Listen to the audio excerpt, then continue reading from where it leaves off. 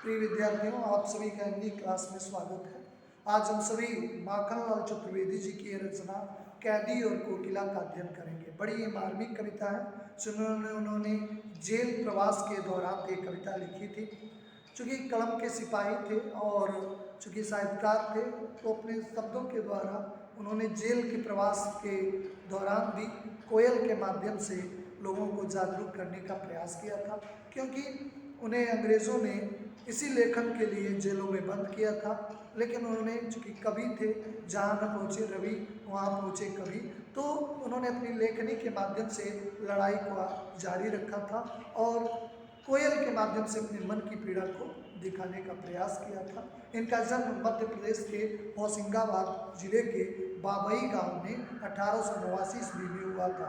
16 वर्ष की अवस्था में, मात्र 16 वर्ष की अवस्था थी तो शिक्षक बन गए थे, क्योंकि उस समय हो सकता है 18 ईयर्स का मानक न रहा हो, चूँकि देश गुलामी था। वे अध्यापन कार्य छोड़कर प्रभा नाम की पत्रिका का संपादन भी शुरू किए। देशभक्त कवि और प्रख्यात वक्ता भी थे, पत्रकार भी थे। कर्मवीर तथा प्रताप जैसे पत्रिकाओं का उन्होंने संपादन भी किया था। 1968 में वो हमारे बीच से चले गए, लेकिन आज भी कविताओं के माध्यम से उनकी रचनाएं, उनकी बातें हमारे बीच में मौजूद हैं। ये राष्ट्रीय भावना से प्रेरित थे। राष्ट्रीय कवि जो थे माखनलाल चतुर्वेदी रहे हैं। ब्रिटिश का उपनिवेश, हमारे देश पे उपनिवेश था ब्रिटिश का, वो ये कविता बिल्कुल उसका बारीकी ढंग से विश्लेषण करता है। कैदी और कोकिला कविता बहुत ही लोकप्रिय है। यह कविता भारतीय स्वाधीनता सेनानियों तथा जेल में किए गए दुर्व्यवहार और यातनाओं का मार्मिक साक्ष्य प्रस्तुत करती है। कवि जेल में एकाकी है, उदास है। कोकिल से, यानी कोयल और कौवा दोनों काले होते हैं, लेकिन अपनी वाणी के नाते कोयल सबको प्रिय होती है, जबकि कौवा किसी को पसंद नहीं होता है। कोकिल से अपने मन का दुख, असंतोष और ब्रितानी शासन के प्रति अपने आक्रोश को व्यक्त करते हुए कहते हैं कि उस समय मधुर गीतें गाने का नहीं, बल्कि मुक्ति का गीत सुनाने को हो। वह कहते हैं कि कोयल, तुम मधुर गाती हो, लेकिन ये वक्त हिंदुस्तान के युवाओं के लिए एक बहुत जो संघर्ष का समय है। ये मधुर गीत सुनने का नहीं है, ये युवाओं के रग रग में देश के प्रति, स्वाधीनता के प्रति जज्बा होना चाहिए। कारागार कहते, कोयल भी पूरे देश को एक कारागार के रूप में देखने लगी है, इसलिए अर्धरात में चीख उठती है। तो आइए हम पंक्तियों को देखते हैं और आप साथ करने का प्रयास करते हैं। उनके मन के स्वाधीनता आंदोलन में क्या भाव हैं, क्या विचार हैं, जानने का प्रयास करते हैं। कहते, क्या गाती हो, क्यों रह जाती हो, कोकिल बोलो तो क्या लाती हो, संदेशा किसका है, कोकिल बोलो तो। कोयल को संबोधित करते हुए माखनलाल चतुर्वेदी जी कहते हैं कि तुम ये कौन सा गीत गा रही हो, ये गीत मधुर गीत गाने का समय नहीं है। ये गीत उमंगों का, लोगों के अंदर उत्साह का सर्जन करने का, संचार करने का समय है। आज के युवाओं में उत्साह की भावना होनी चाहिए, अधिक होनी चाहिए। ये गीत होना चाहिए। कोयल, तुम क्या गाती हो, लगता है कि तुम कोई संदेश लेकर आई हो। क्या देश आज़ाद होने वाला है, देश को आज़ादी मिलने वाली है, कुछ ऐसा संदेश लेकर आई हो। कोयल बोलो, तुम्हारे गाने का क्या तात्पर्य है, क्या अभिप्राय है। कहते हैं वहाँ की जेल की क्या परिस्थितियाँ हैं। किसी को भी जेल अच्छा नहीं लगता है। अगर सामान्य व्यक्ति से पूछा जाए कि आप जेल जाना चाहेंगे, तो उसके रोए तक कांप जाएंगे। जेल अपनी स्वेच्छा से व्यक्ति नहीं जाता है। लेकिन ब्रिटेन की एक महिला जो 85 ईयर्स ओल्ड थी, जेल का जीवन कैसा होता है, उन्होंने खुद पत्र लिखकर जेलर से जेल में रहने की इच्छा जाहिर की थी। वैसे तो जेल किसी को पसंद नहीं होता है, लेकिन जेल की परिस्थितियाँ कैसी होती हैं, माखनलाल चतुर्वेदी जी बताने का प्रयास किए हैं। ऊंची काली दीवारों के घेरे में, डाकू चोर बटमारों के डेरे में, जीने को देते नहीं पेट भर खाना, मरने भी नहीं देते तड़प कर जाना। जीवन पर अब दिन रात का पहरा है, शासन है या तम का प्रभाव गहरा है। हिमकर भी निराश कर चला आधी रात भी काली, इस समय कालिमा मई जागी क्यों आली। बड़ी मार्मिक पंक्तियाँ हैं। कहते हैं कि ये जो जेल की दीवारें हैं बड़ी ऊंची हैं, ताकि कोई कैदी भाग न सके।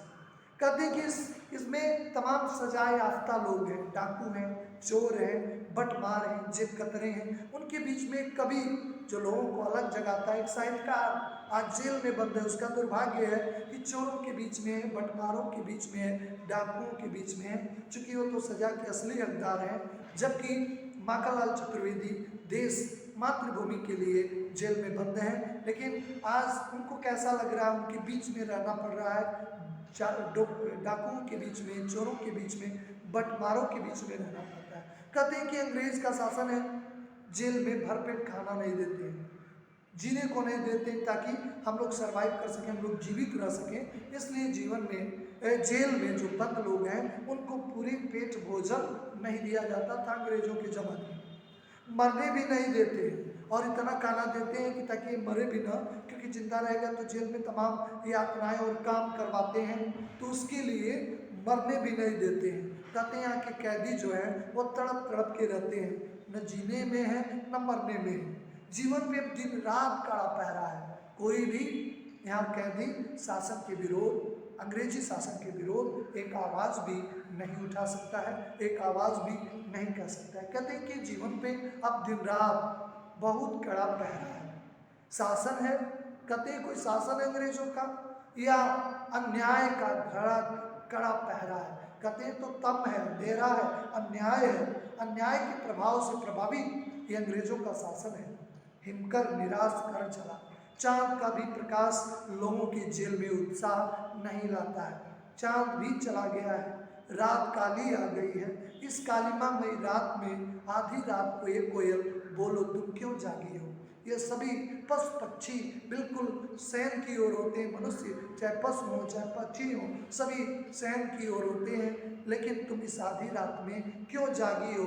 तुम्ही मैं भी जाग रहा हूँ, क्योंकि जेल में उनको नींद नहीं आ रही है, और कहते हैं कि तुम भी मेरी इस रात्र की साथी हो। आली मतलब सखी, साथी होता है। कहते हैं कि तुम मेरी रात्र की साथी बनी हुई हो, बाकी कोई जाग नहीं रहा है, लेकिन तुम्हारे इस जागने का क्या औचित्य है, क्या मतलब है। क्यों ऊँग पड़ी, आगे की पंक्तियाँ में कहते हैं क्यों ऊँग पड़ी बेदना बोझ वाली सी, कोकिल बोलो तो क्या लूटा। कहते कि तुम अर्धरात्रि को क्यों भूल पड़ी, क्यों ऊँग पड़ी हो, क्या तुम्हारी बातों में बेदर्द। देखिए व्यक्ति के बातों से उसका दर्द छलक जाता है, व्यक्ति की जीवा ही उसकी सारी चीज़ों को स्पष्ट करने में समर्थ। व्यक्ति के व्यक्तित्व के बारे में अगर जानना है तो जब ही उससे बातचीत करते हैं उसके तरीकों से हम उसके व्यक्तित्व के बारे में जान जाते हैं।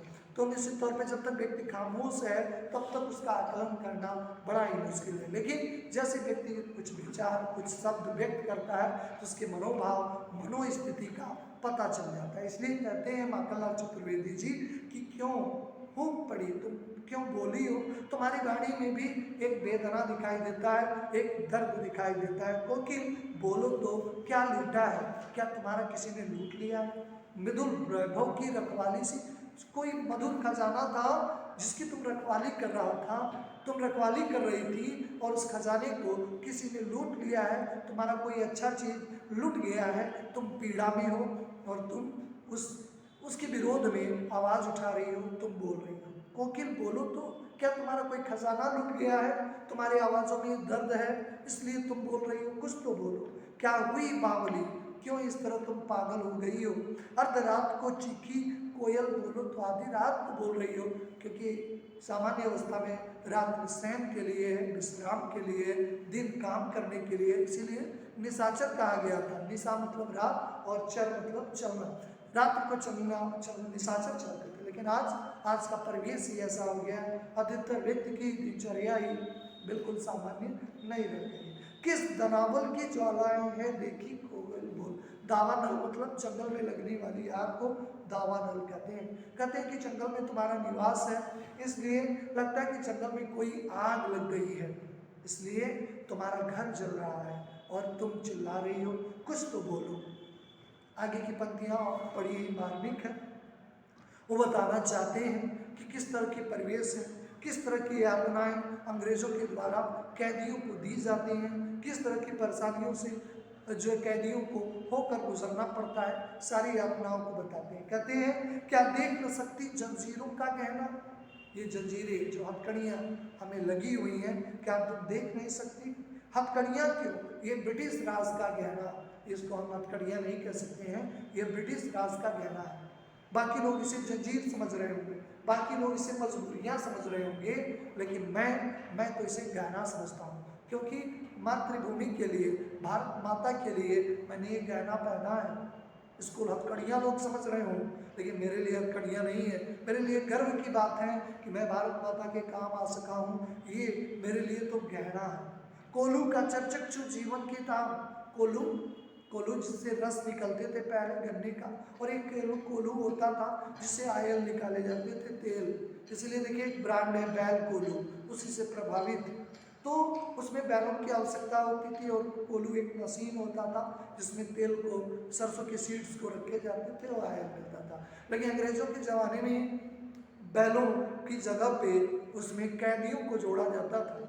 तो माखनलाल चतुर्वेदी उस कार्य से भी भयभीत नहीं है, और कहते हैं कि जो एक कोल्हू हम लोग चलते हैं दिन रात बैलों की जगह पे कार्यरत रहते हैं, जो ये कोल्हू की चर्चक जो होती है उसे मैंने अपने जीवन का संगीत बना लिया है। मैंने जीवन की तान दिखाई देती है, पत्थर तोड़ने का काम देते हैं, गिट्टियों पे उंगलियों ने लिखे गान।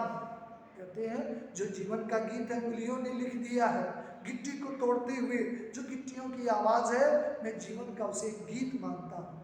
वो मूठ खींचता लगा पेट पर जुआ, जुआ जिसमें बैलों को जोड़ा जाता था, खेती का काम किया जाता था, रहट होते थे, इरिगेशन का काम होता था, सिंचाई का काम होता था। कहते हैं कि मैं उसे जल निकालने के लिए मोट पेटों पे जुआ लगा के बैलों के जगह पे खींचता हूँ, लेकिन भयभीत नहीं हूँ, मैं थोड़ा भी डरा नहीं हूँ। क्यों नहीं डरा हूँ?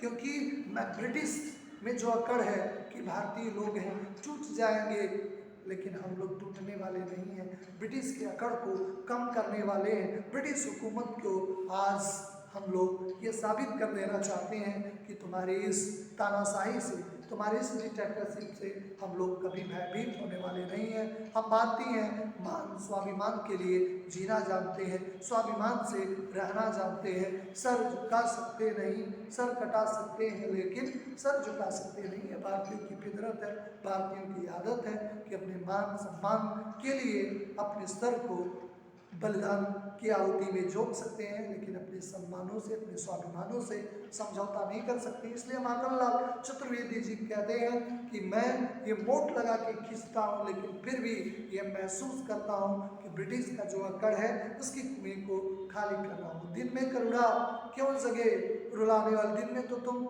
लोगों की सिंपैथी, लोगों की सहानुभूति को इकट्ठा करती हो, लेकिन रात में इस तरह क्यों रुलाने वाली बन गई हो। दिन में तुम्हारे मधुर गीतों को सुनकर लोग प्रभावित हो जाते हैं, लोग जो है तुमसे जुड़ जाते हैं तुम्हारे गीतों से, तुम्हारे भाषा से, लेकिन रात में क्यों तुम ऐसे दर्द भरे गीतों को गा रही हो। इसलिए रात में गजब ढा रही हो वाली, तुम रात में इस तरह वेदना भरे, दर्द भरे गीतों को गाकर हम लोगों की पीड़ा को तुम बढ़ा रही हो। क्योंकि वैसे ही कैदी हैं, पराधीन सपने हूँ सुख नाही, क्योंकि पराधीनता सपने में ही सुख नहीं दे सकती। आप किसी के गुलाम हैं तो सपने में भी सुख नहीं मिल सकता है। गोस्वामी तुलसीदास ने कहा था पराधीन सपने हूँ सुख नाही, सपने में भी सुख नहीं मिल सकता। एक पिंजड़े में एक तोते को बंद रखें, वह क्या होगा, वह आप खिलाएं पिलाएं, लेकिन एक दिन पिंजड़े का शटर लगाना भूल जाए, आपका सारा खिलाना पिलाना भूल जाएगा। वो जंगल में भूखा रहेगा, लेकिन स्वतंत्र रहना चाहता है। हर व्यक्ति को स्वतंत्रता प्रिय होता है, लेकिन एक विचारक, यूनानी विचारक ने कहा कि व्यक्ति स्वतंत्र पैदा होता है, स्वतंत्र रहना चाहता है, लेकिन हर जगह पे बेड़ियों में जकड़ा है। व्यक्ति स्वतंत्र नहीं है, भले वो स्वतंत्र पैदा होता है, लेकिन इस दुनिया में उसे उत्तरदायित्व है, जिम्मेदारियों के तमाम जंजीरें उसे बांध रखती हैं, विवश कर देती हैं कि अपनी सुरक्षा से नहीं रह सकता है। हर जगह वह दायित्व में माता पिता के प्रति कर्तव्य, भाई है तो भाई के प्रति तमाम उसके कर्तव्य उसे तमाम तरह की बेड़ियों में जकड़े रहते हैं। हर व्यक्ति को स्वतंत्रता प्रिय है।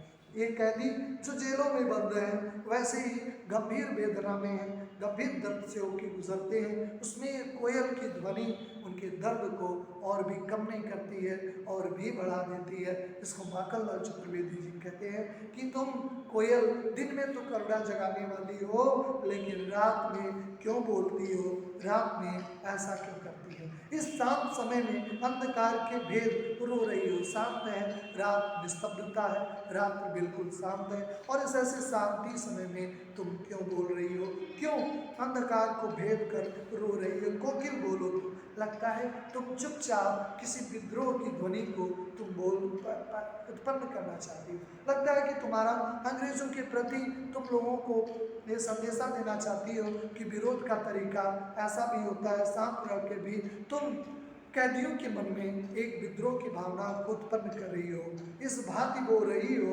कोकिल बोलो तो लगता है तुम अपने इस करुण गीतों से जो कैदी बंद हैं उन्हें अंग्रेजों के शासन के प्रति एक भावना उत्पन्न करा रही हो, एक भावना तुम लोगों के मन में ला रही हो। तो इस भाग में इस तरह आपने देखा कि किस तरह जो है माखनलाल चतुर्वेदी जी उस समय अंग्रेजों के शासन की जो नीति थी, जो पद्धति थी, उसे बताने का अपनी कविताओं में शब्दों में पिरोने की कोशिश किया है। वो बताना दिखाना चाहते हैं कि जेलों में किस तरह कैदियों से शारीरिक श्रम कराए जाते हैं, कोल्हू चलवाए जाते हैं, मोट खिंचवाए जाते हैं, गिट्टियों को तोड़ा जाता है। लेकिन कभी हम साहित्यकार हैं, वो भयभीत नहीं होना चाहते हैं, लेकिन उस पीड़ा में भी, अपने उस दर्द में भी जीवन के मधुर गीतों को, संगीत को ढूंढने की चेष्टा करते हैं। किस तरह आप रियलाइज कर रहे होंगे, महसूस कर रहे होंगे कि किस तरह लोग आज़ादी की लड़ाई में भाग लिए थे, तब जाके ये दिन मिला है। हम सभी स्वतंत्र भारत में रह रहे हैं, हम सभी सौभाग्यशाली हैं कि स्वतंत्र भारत में हमारा जन्म हुआ है। लेकिन ये स्वतंत्रता प्राप्ति के लिए कितने वीर सपूतों ने अपनी प्राणों की आहुति दी, कितने लोगों ने जेल में यातनाएं सही, अंग्रेज़ों के कोड़े खाए, तब जाके हमें ये दिन देखने को मिला। तो आज इस वीडियो लेक्चर में यहीं तक। नेक्स्ट इसके जो बचे कंटेंट को विषय वस्तु के साथ नेक्स्ट वीडियो में आगे हम लोग अध्ययन करेंगे। आप सभी का धन्यवाद।